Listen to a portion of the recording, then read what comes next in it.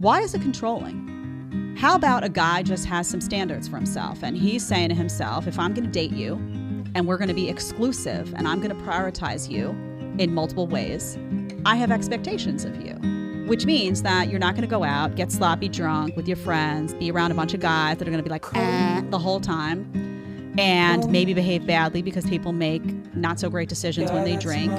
And why are you putting yourself in that situation? I don't want to give my exclusivity to someone who's going to voluntarily put themselves in those situations. And by the way, if you have me and you're so happy with me, why do you need to do all of that? Do you like when a guy moans? Like, What the fuck was that? Do you like it? Salute. Do you like moaning? Yeah, if you're moaning, you're doing something right. Give me a girl moan. Nice try. Do you moan to a girl? Fuck yeah. How do you moan to a girl? I mean, it's kind of in the moment, you know what I mean? Like, Well, give me an example. Pretend you're in the moment with me. How do you do it? hey, bro, you're putting me on the spot right now. Bro, it's 2023, bro. Come on. Huh? Just give me a girl. Just give me a guy moan. Huh? Give me a guy moan. Hey, bro. Give you a demo. Damn, bro. Like, turn around, bro. Let me picture it. That was incredibly gay.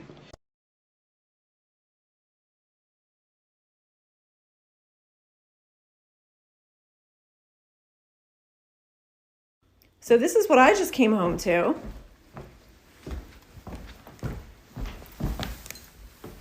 This is empty. This was probably more than halfway full.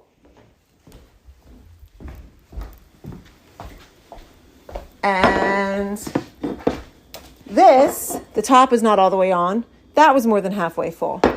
Jack, try to walk. Come on, let's go.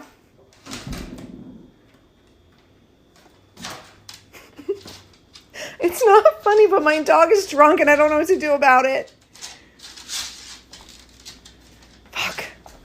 Okay, in her follow-up video, she brought him to the vet and he was fine.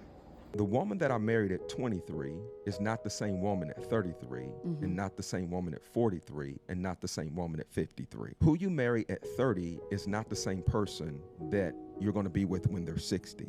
And my concern is that people marry an image more than they do a real person. Meaning that when we first got together, I married an image, your shape, your size, the needs that you met from me as a young man back then, not really taking in consideration the woman that you would become, how your figure would change, how you would change emotionally, spiritually, and also physically.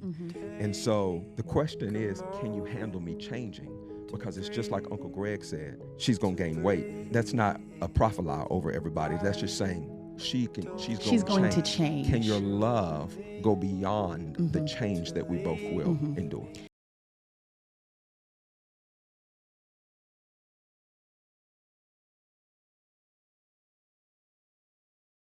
Just put it in your mouth and swallow it and pretend like you like it.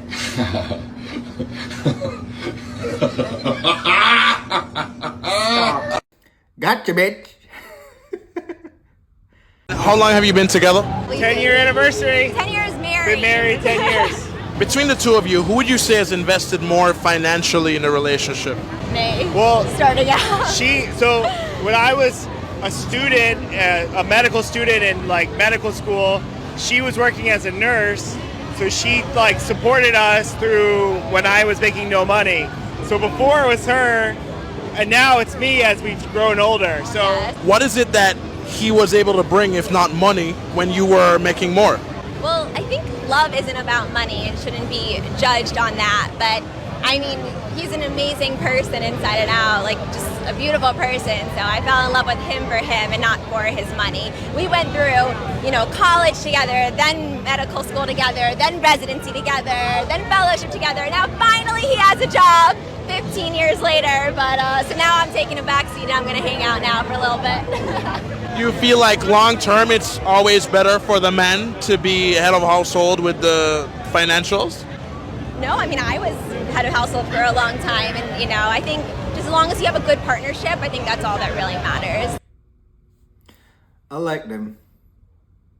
How do I tell the 2-year boyfriend that I still look out for the ex-husband that I've known since I was Time 18 out. years old. So we're great co-parenters. And we have a good relationship, friendship. All right, we got you. If I was a person that you were entertaining, I would run fast as hell from you. You don't have no boundaries. I'm great. I am 100% effective at co-parenting, but I have boundaries. There are certain conversations that we are not going to have. If it's not related to the child and anything that is related to the child, you should absolutely not have those conversations. The marriage did not work. Now, I'm not saying I know sometimes people jump out of marriages and say, hey, we still can be friends. But the truth is there's still an emotional connection somewhere that you have. So the next person that you're dealing with is going to see that obviously there's still a connection. You can still love a person and put a line straight between y'all and say, I can't do this anymore. I cannot constantly entertain you. I can't answer whenever you need me. On top of that, baby girl, you're an enabler. You mean to tell me that this man can come to you and say, hey, I can't do this, and you'll foot it? No, that's his responsibility. You can't take over another person's responsibility. Just truthfully, if you are still doing that, you are not ready to talk to anybody right now until you have healthy boundaries with yourself. When it comes to relationships, what do women bring to the table? Some women believe that they don't have to bring anything to the table, and just by being a woman, that's enough. Other women believe that they should bring character, morals, standards, loyalty, intellect, fun, livelihood. A lot of women have brought those things to the table, and then they've gotten screwed by men who took advantage of what they were bringing to the table. Now, unfortunately, I do believe that men, you think about a mentality that a man is taught for work. Get as much as you can for as little effort as possible. That's how you climb the ladder. Most men are not taught how to do relationships. They're taught how to succeed in the workplace. And a lot of men, because they aren't taught relationships from their fathers, they transfer that mentality into relationships. What we end up seeing then is men that are testing the waters. How little can I put in for a maximum return? And women feel used. Because of that, women feel like they don't have to bring anything to the table anymore, and that they should just be appreciated for just simply being there. And it's a very toxic cycle.